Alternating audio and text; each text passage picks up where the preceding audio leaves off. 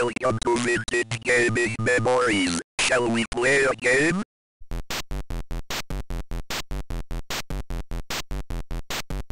Hello everyone, welcome back to the channel. This video was almost 1 year in the making. By that I mean I ordered this game from Atari.com on August 1st, 2023, and I just received it on July 17th, 2024. So that was just 2 weeks shy of being 1 year. And I'm sure I'm not the only one that wasn't too happy on the wait, especially when I received a number of emails from Atari stating that they didn't have an exact shipping date and they appreciate my patience. And let me be clear, that was only because I emailed their customer support asking the status. All reactive versus proactive on the communications.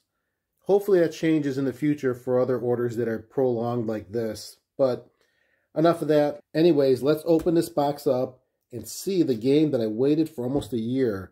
And before we do that, I have to say, there's already creases on this box, and that's not because of how my mail carrier delivered it.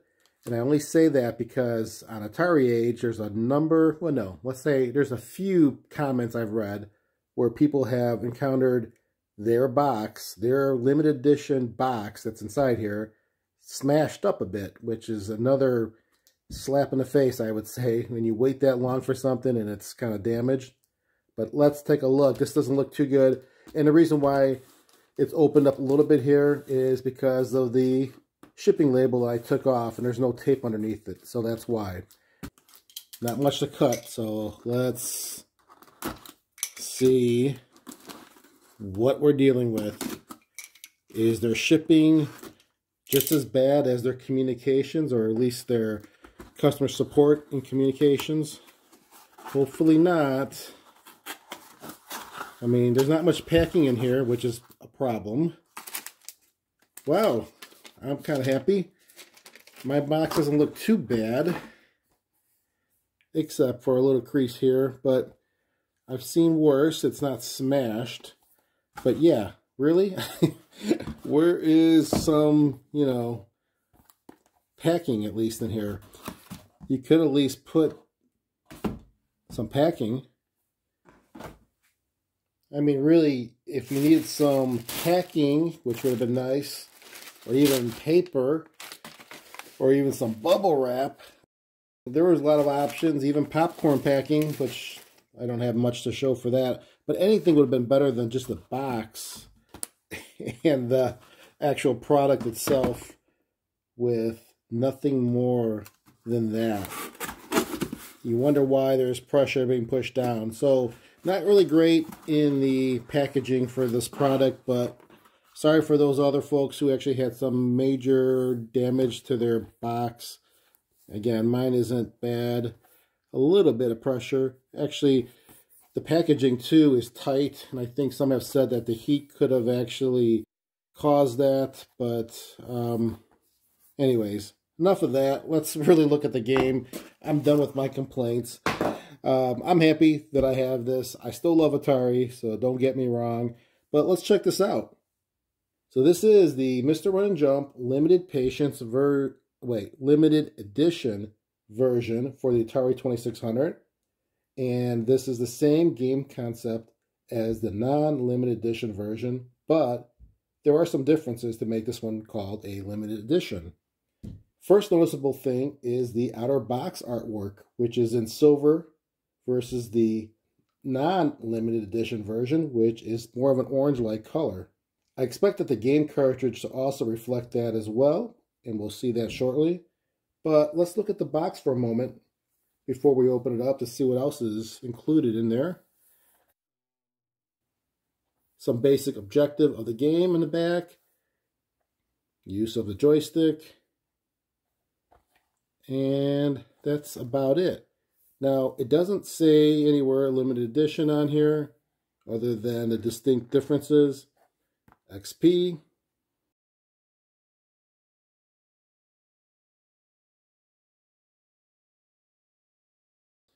And I think that's about it. So let's open this plastic so this box can breathe. All right, this is what's included. We already saw the outer box And you get some instructions, which looks pretty nice, very colorful. 8 pages, back pages for notes, and then the actual game instructions, scoring, controls, the characters, the gameplay. So, nice.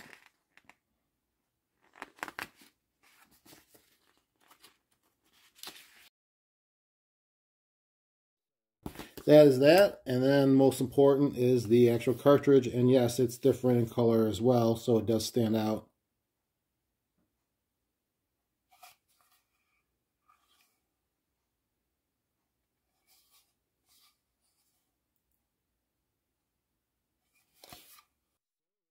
So that's all I have to show for the physical characteristics of this limited edition version. I guess I should really thank Atari because I just saw my packing slip and it was free. How cool is that? Yeah, right, I wish. All right, let's put this into the Atari 2600 and see how this looks. Here we go. Last time I played this was on an emulator, so I'm really hoping for my muscle memory to kick in. I don't remember all of these screens, but I want to see how far I can get with just a few retries after dying here. I don't want to bore you with watching me play this for many, many minutes.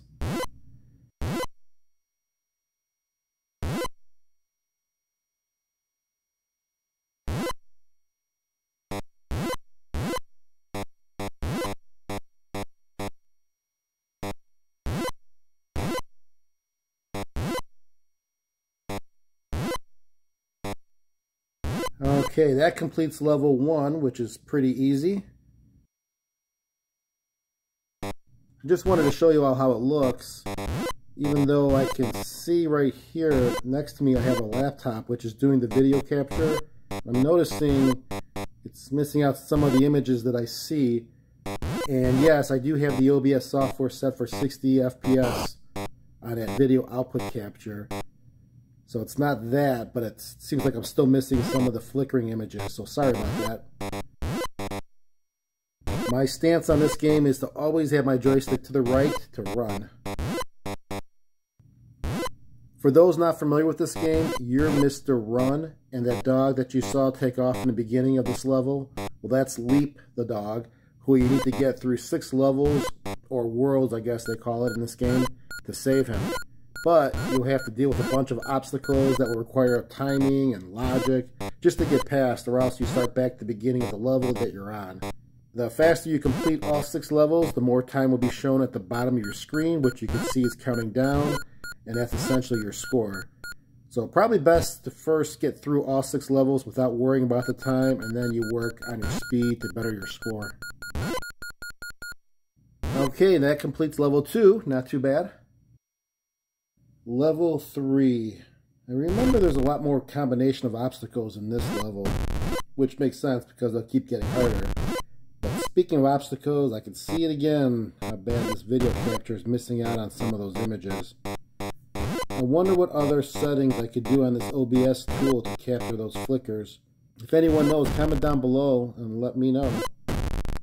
And as I said earlier, I did set this at 60 FPS and not 30, so that is at its max.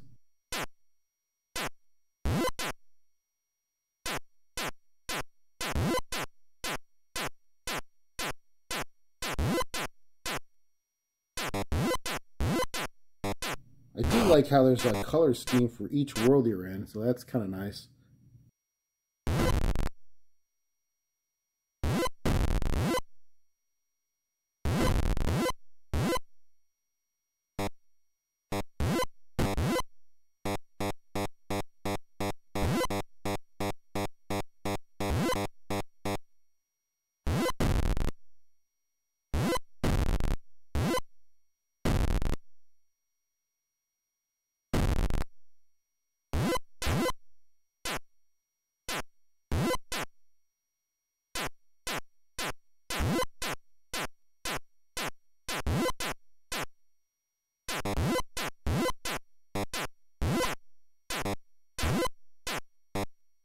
Okay, I have to time this just right.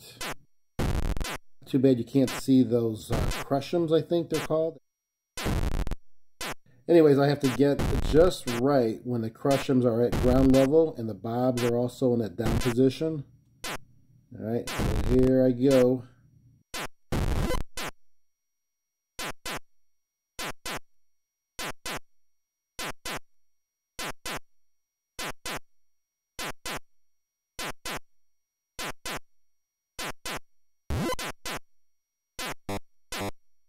This screen shows all the enemies nicely. I don't think I'm missing anything on this screen as far as capturing it.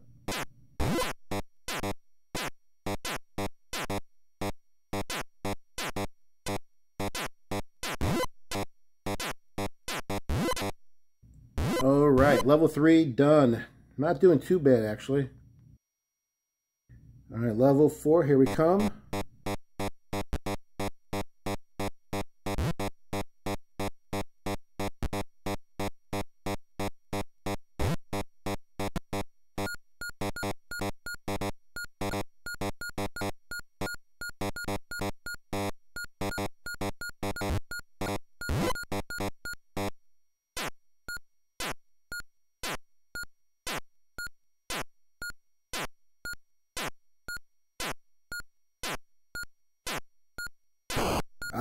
Well, that should be enough to give you an idea how this game looks and feels. It's a, pretty fun game, challenging game though, definitely.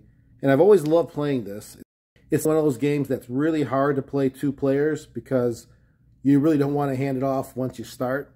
You want to keep on trying to keep going further and further, and you don't want to lose the momentum. I hope you all enjoyed this video. Please be sure to stop back often.